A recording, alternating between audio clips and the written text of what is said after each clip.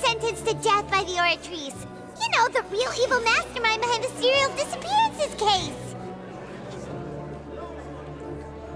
Indeed. Not only is Farina's sentence overly excessive, the very point of our trial today was also to prove that Farina has never been the Hydro Archon in the first place. But now, the Oratrice seems to have deliberately invoked the title of the Hydro Archon. What does this mean?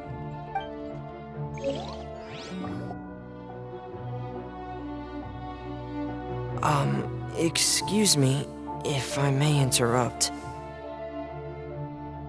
Is the trial still going? Fremine! You finally made it. I assume this means you've completed your mission? Mm-hmm. Any mission Father assigns to me will always be top priority.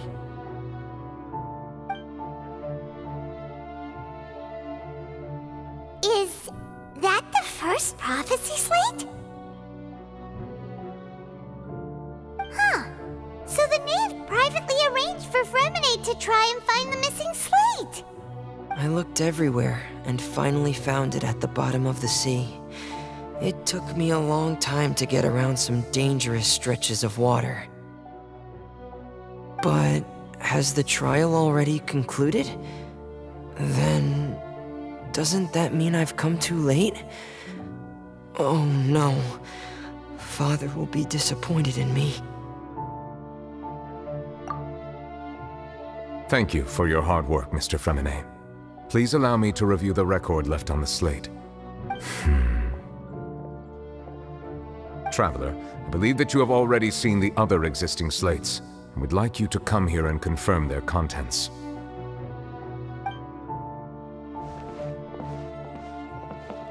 Huh? So what do you see? What is it?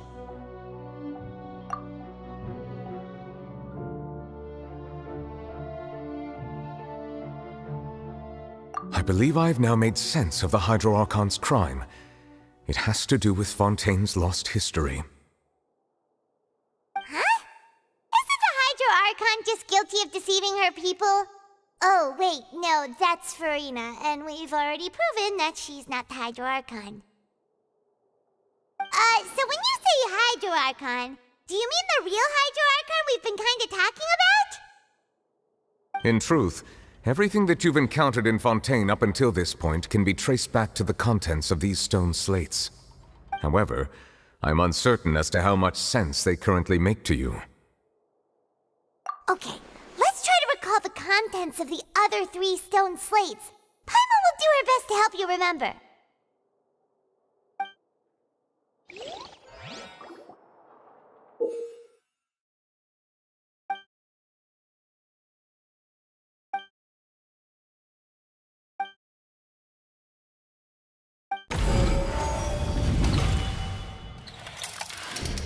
The first stone slate describes what you just said. It seems to show the previous Hydro Archon using her divine power, and then the Oceanids turn into humans. Does that mean that Fontanians are transformed Oceanids? Oh, Paimon wasn't expecting that. But if Oceanids can turn into humans, then perhaps this process can be reversed as well. The second stone slate shows Celestia floating in the sky, and the Hydro Archon and her people worshipping it together. But the heavens still brought judgment down upon them. This must be the point when the Hydro Archon and the Fontanians were branded with their original sin. Does this mean that the original sin and the Hydro Archon sin are the same thing? The third slate shows the Hydro Archon sinking into the sea surrounded by many people. Huh. That reminds Paimon, didn't we also watch that happen to someone else? Well, the fourth slate is the prophecy the Fontanians have been talking about. People dissolving into the sea, the Hydro Archon crying on her throne, and so on. We didn't believe that such a crazy disaster could happen at first, did we? But after that incident, it was just a question of when and not if.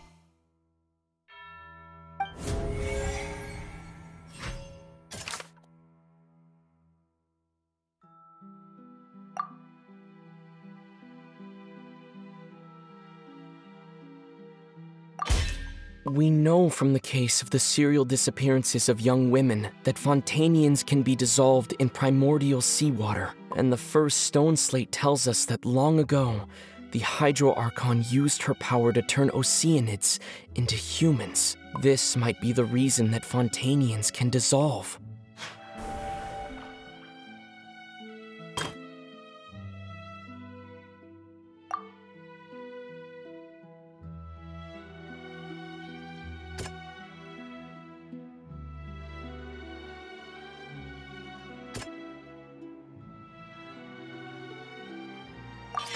Perhaps what is about to take place has all happened before. The true sin of the Hydro Archon that Nervalette mentioned, and the original sin cast down on the people of Fontaine by Celestia, as recorded on the stone slates.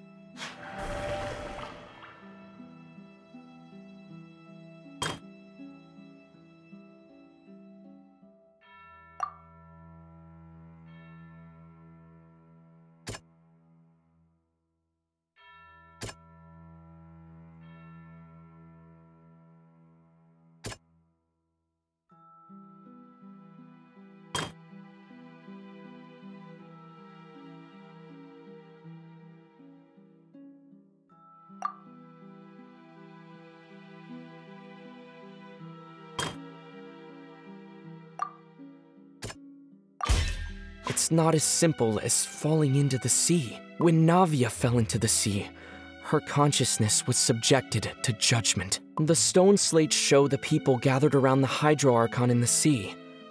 Could that be alluding to the same thing?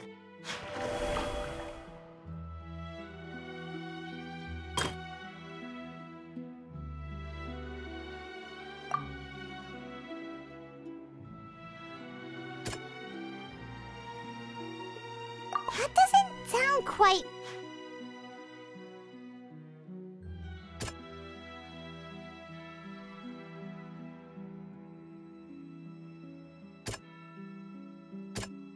That doesn't sound... The prophecy from the stone slates found its way into society, but not many people believed it at first. The fortress of Meropide was nearly flooded with primordial seawater, which we know can cause Fontanians to dissolve. It seems increasingly likely that the prophecy may come true. If we hadn't dealt with it in time, things could have gone very badly. They'll dissolve into the primordial sea but won't cease to exist. Their essence will flow in the seawater, converge, and take the form of an Oceanid. The Hydro Archon was sentenced to death in court, shocking everyone present. Perhaps this means that her sin was actually Fontaine's original sin. Navia fell into the water inside those ruins, and she nearly dissolved. She was surrounded by the people of Poisson in a court within her consciousness, and was forced to take part in a trial meant to make her stay. The eruption of the primordial sea at the fortress of Meropide was the surest sign that the prophecy was about to come to pass no matter what. The prophecy's contents can all be verified by recent events. If we combine what we know together, loads of truths should come to light.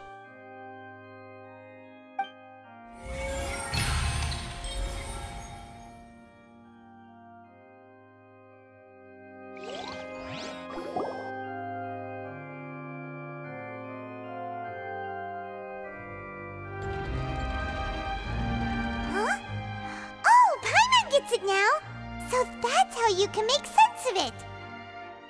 But then it feels like we're going to have to share some truly shocking revelations. Let's hear them. Incredible. Linny, did you hear that? We're not real humans.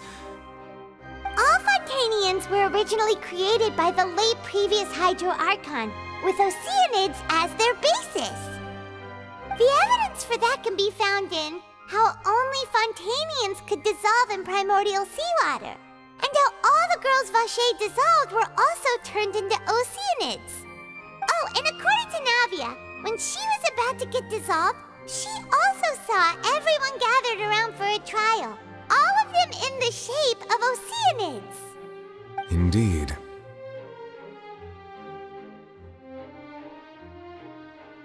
Yeah, and it follows from the content of the first slate that she probably angered Celestia by creating humans without prior permission. That could also explain why the Oratrice judged the Hydro Archon to be guilty. It's to account for that ancient sin.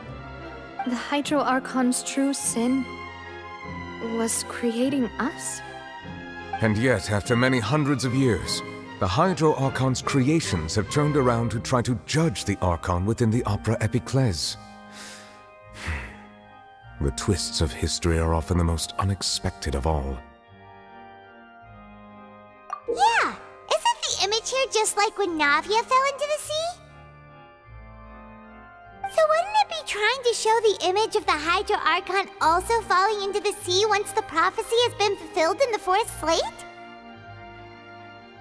In the end, the people will all be dissolved into the waters, and only the Hydro Archon will remain weeping on her throne. Only then will the sins of the people of Fontaine be washed away. Did Paimon get all that right? You've made some keen deductions. I must say, given how much you still don't know, it is impressive that you've already managed to connect so many pieces of the truth.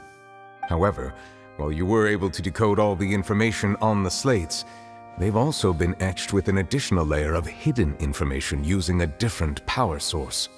When we were at the ruins, I tried to decipher the hidden information recorded in the slates. But since we only had 3 slates at the time, I was unable to come to a full conclusion.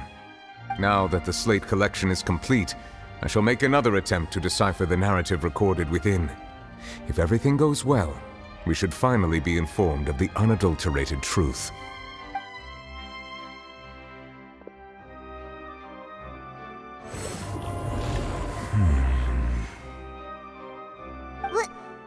Well?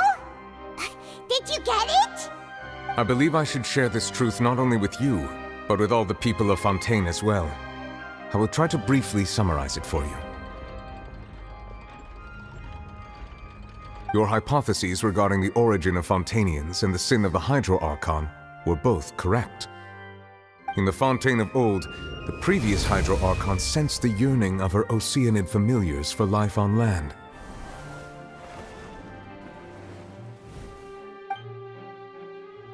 The Oceanids were enamored with the beauty and romanticism of human beings, and wishing to have those experiences for themselves, expressed to the Hydro Archon their desire to become of a similar kind. However, even though water as an element is intricately linked with the power of life, the Hydro Archon, as one of the 7, did not possess the authority to create a new form of human life. Not one to give in, she eventually found a way to create permanent humanoid bodies for her familiars by appropriating the power of this planet's primordial sea. She poured primordial seawater into the Oceanids' blood vessels, creating humanoid mimics in the process. But if Fontainians were to ever come into direct contact with water from the primordial sea, the power within their bodies would escape these artificial restraints and return to the sea. As a result, their forms would collapse, and they would be reverted to their original forms as Oceanids. Of course, the Hydro Archon never received permission from the heavenly principles to create a new human race. And thus, the Hydro Archon and all of her creations came to shoulder the original sin of appropriating the power of the primordial sea. That is the true history of how the people of Fontaine first came into being. So we were all Oceanids before we turned into human beings? That's way too much information for me. I think I'm just going to pretend that I never heard a single thing. Wait, but if that's the truth, we can't let the Hydro Archon be sentenced to death. After all, her only sin was creating us. This really might be too much information for your regular Fontainian, but it does answer a lot of our questions. Alas, your hypothesis regarding the 3rd and 4th stone slates was inaccurate. The slate's respective positions are, in fact, correct. A key point of the visual on the third slate is how all the individuals depicted in the water are humans rather than Oceanids. They have not been dissolved, which implies that the water depicted in this slate is not water from the primordial sea. The nation of Fontaine is the nation of Hydro, as well as the nation of Trials and Justice. Instead of being the literal element, the water in the scene symbolizes judgment and justice. You may also recall Navia's experience. When she fell into the sea, her consciousness was surrounded by that of many others who intended to hold a trial to determine her fate. Therefore, the meaning of the third slate is that the people of Fontaine shall try the Hydro Archon at the court of justice.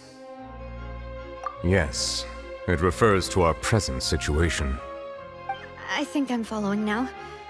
So, what you're saying is, even though we decided to put on this trial to avoid fulfilling the prophecy, in truth, everything we've done has happened exactly as the prophecy foretold. So now, it seems, we're the ones making sure it comes true. What should we do? Huh. No matter what, the prophecy will be fulfilled.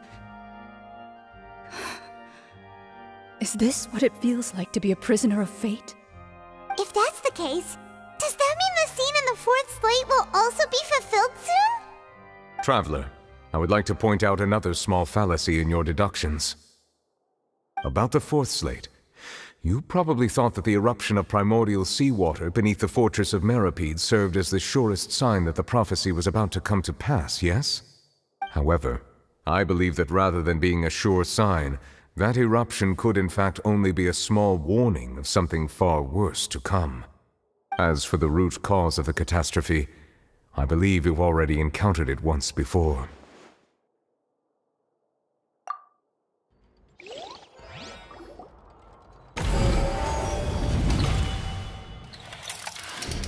This eruption was just a small warning of the things to come.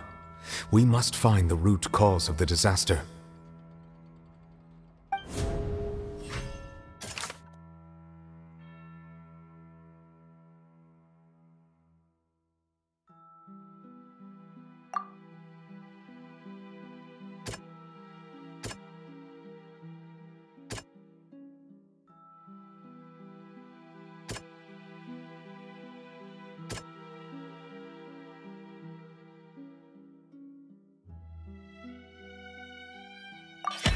It was both dream and reality. If we're talking about a true culprit, that could only be that thing inside the primordial sea, right? The truth, the original sin, the trial, and the root cause of the disaster.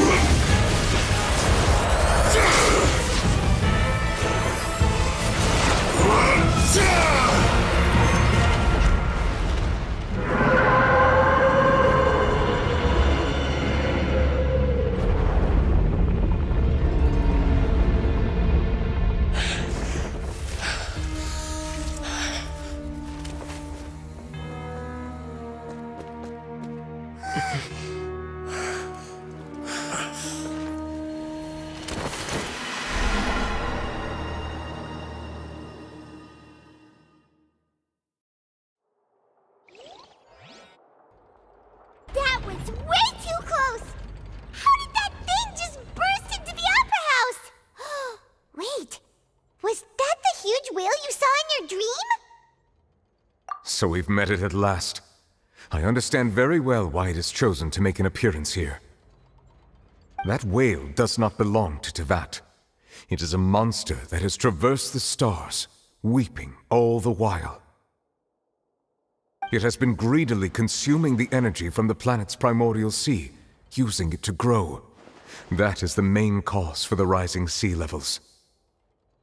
And once it has finished consuming all of the energy contained within the sea, its next step will be... You said that when the Hydro Archon first created Fontanians out of Oceanids, she filled their blood vessels with primordial seawater. Precisely. That whale finds the blood of Fontanians nigh impossible to resist. Therefore, when it left the primordial sea, it decided to make its next stop a packed opera house full of food. Food in the form of Fontanians.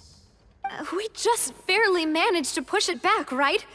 In that case, won't it come back to target the people again, once it's managed to recover its strength? That is correct. Indeed, it is more accurate to say that we should thank that Harbinger for buying us some time. Without him, the whale would have likely come onto land far sooner. From the way he looked, he must have been fighting the creature for quite a long time. That battle maniac. We've always known that he had a special connection with that whale, but we definitely didn't expect it to help us out like this. Anyway, now that we know that this whale is the actual cause of the disaster recorded in the prophecy, all we need to do to stop the prophecy would be to find a way to beat it up, right? It is too late. It had already absorbed too much of the primordial sea's energy before we could notice it. At this point, it has become practically integrated with the sea itself. Even if the entirety of Teyvat were to be destroyed, it could still survive and swim off towards some other world. That's not something I will accept. We've already done everything we can, and we even found the true culprit. We've come so far. You can't just tell me that the last hurdle is some impossible foe. That's just not fair. Indeed, that's not how a grand performance should end. I'll fight it to the end, no matter what. So the prophecy will be fulfilled no matter what, huh?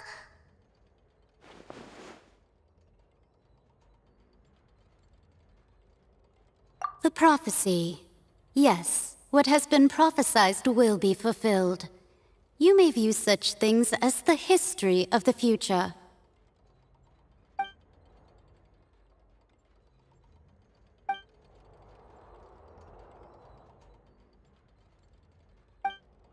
Just as prophecies are usually only the future as seen from the perspectives of the gods, could things be happening in hidden corners where the gods' gaze does not fall? Ultimately, fate shall serve as your only guide, no matter what will happen in Teyvat's future. All you need to do is to play your part.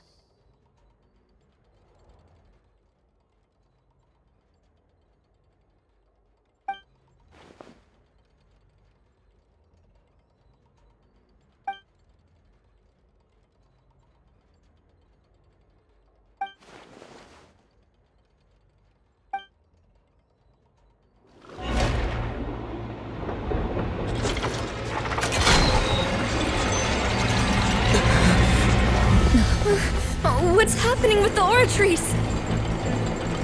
I believe it is preparing to carry out the death sentence.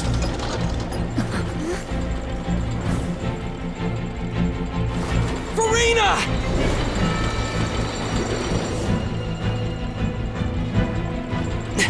No, I still need answers.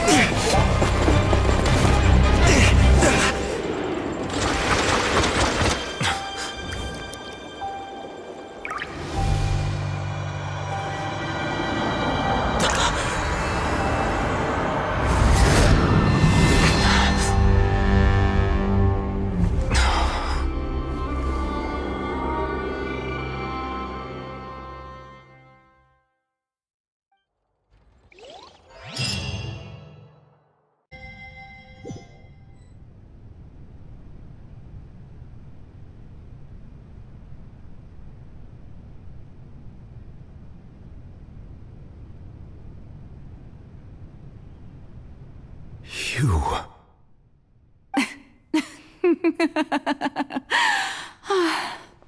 Sorry. That shocked expression on your face is just too amusing.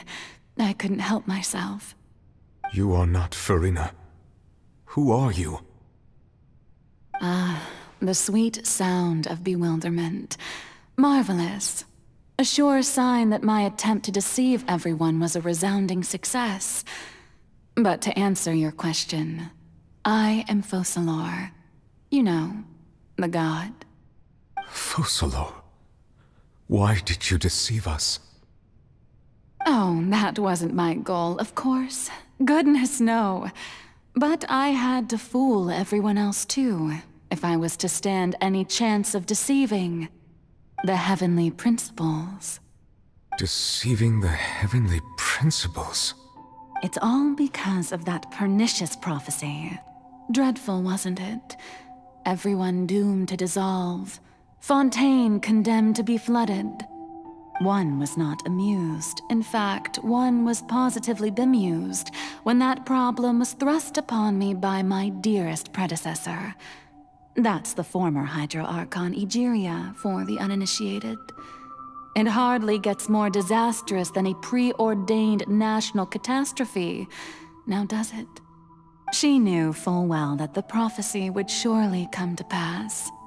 And as one of the seven, she also knew full well that one defies the heavenly principles at one's peril. So yes, as you have no doubt surmised, it was a rather impossible situation that I found myself in. I spent a terribly long time mulling it over, alone on the ocean floor.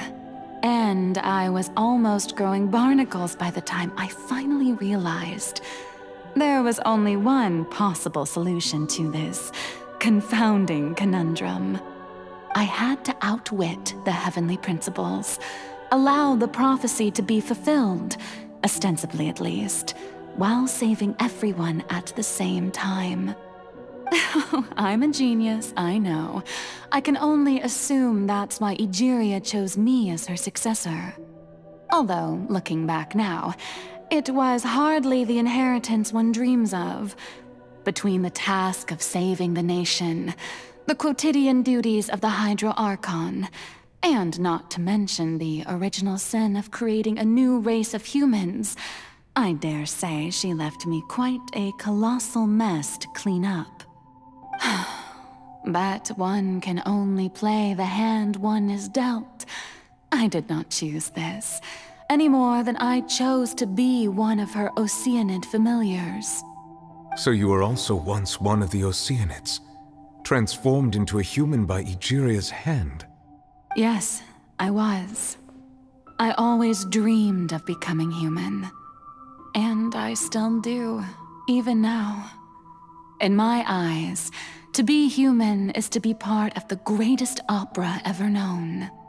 After becoming a god, I separated my divinity from my body and spirit, leaving behind only a self that was as naive and bewildered as my past self on her first day as a human being. The me you see before you now is that divinity, and the human counterpart I left behind, I named Farina. She could feel joy, sorrow, and everything in between. She could be as vain and conceited, or as meek and vulnerable as she wished. Her strengths were of a kind only a human could possess, as were her shortcomings. But in my eyes, Farina's humanity was what made her perfect. She was perfectly human in every way. The person I always wanted to be. Anyway, so then I cursed her. All part of the plan, of course. The plan to deceive the heavenly principles. Do you still remember the final scene of the prophecy? The Hydra Archon alone, weeping on her throne. In order that the prophecy might appear fulfilled, I invited Farina to be an actress, to play the part of the Hydro Archon in the prophecy. Under the curse I placed on her, so long as I, Focalor's divinity, continued to exist, she could not die. But nor was she free to live her life in the pursuit of happiness. Instead, she was forced to take the stage in the opera house, to embrace the role of leading lady, to forever play the part of the god from the prophecy, all to create a deceitful appearance of that prophecy coming to pass. I suppose now you probably understand why your court is called the Opera Epiclese. But Farina is only human, isn't she? Even though she has had a long life, her mind is no stronger than that of any other ordinary human being. I cannot begin to fathom what she has had to endure. It must have been torture for her. It has indeed. And although she is, in a sense, me in human form, I most definitely owe her an apology for it. It's been 500 years, and all along, she's been playing her part in the most unimaginably long, unbearably lonely, and agonizingly painful opera of all time.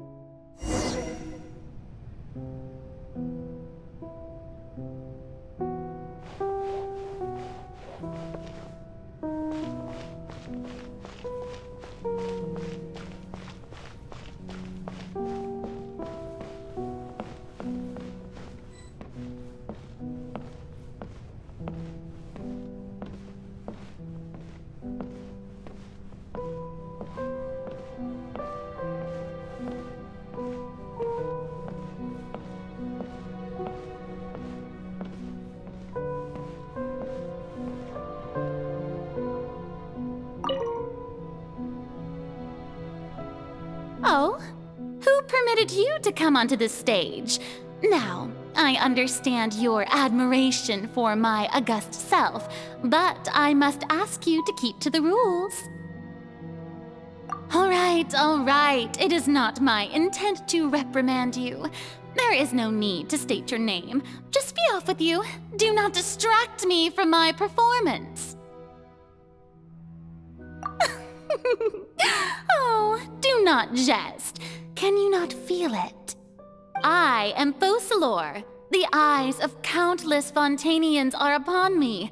I must, at all times, display the utmost elegance and nobility.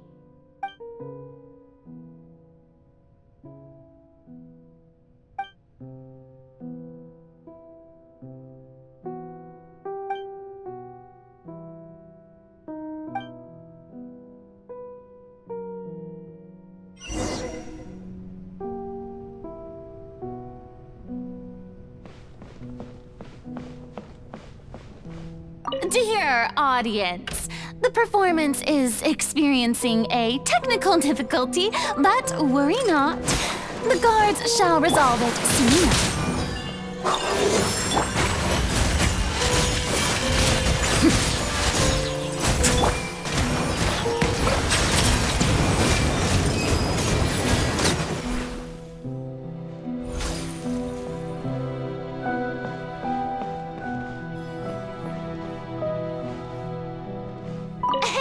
What gives?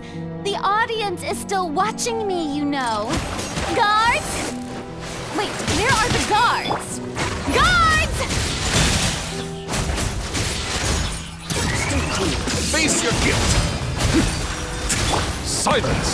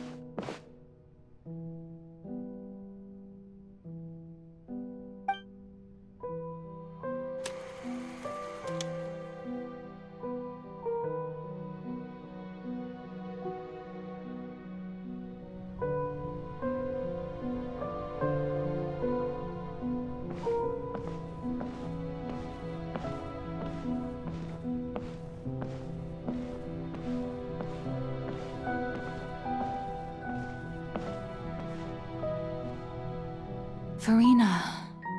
Furina. Huh? Who's that? Who's calling me? Where are you? Be not nervous. Be not afraid. I am before you. Wait a moment. You're near me? How can this be? Mirror you, huh? You know what? That's not bad. Let's go with that. Mirror me? What do you wish to say? The prophecy. Have you heard of it? What prophecy? Wait. I know. I think... I don't know why, but it's in my head somehow. The people will all be dissolved into the waters, and only the Hydro Archon will remain, weeping on her throne. Only then will the sins of the people of Fontaine be washed away. Oh, very good. You know it well. What's going on? I can't seem to remember anything clearly. The only thing I know for sure is this prophecy. Will it really come to pass? Yes, it will. And that is why I've come to you. Disaster will come to Fontaine sooner or later.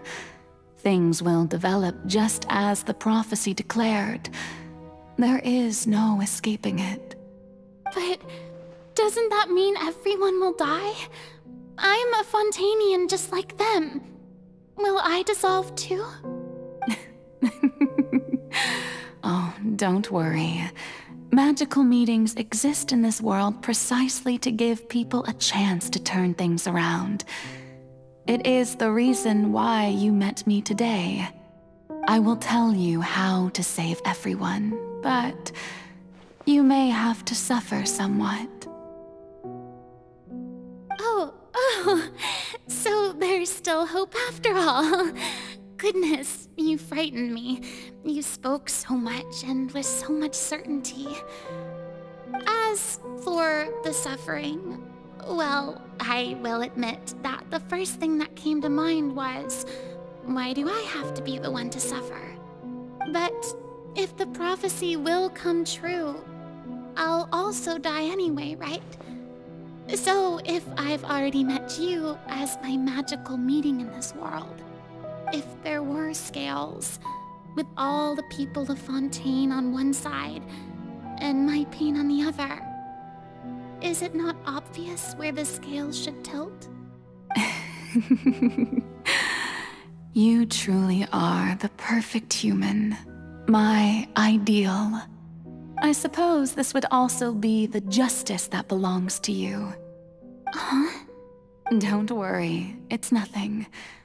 Listen well. Fontaine has just lost its Hydro Archon.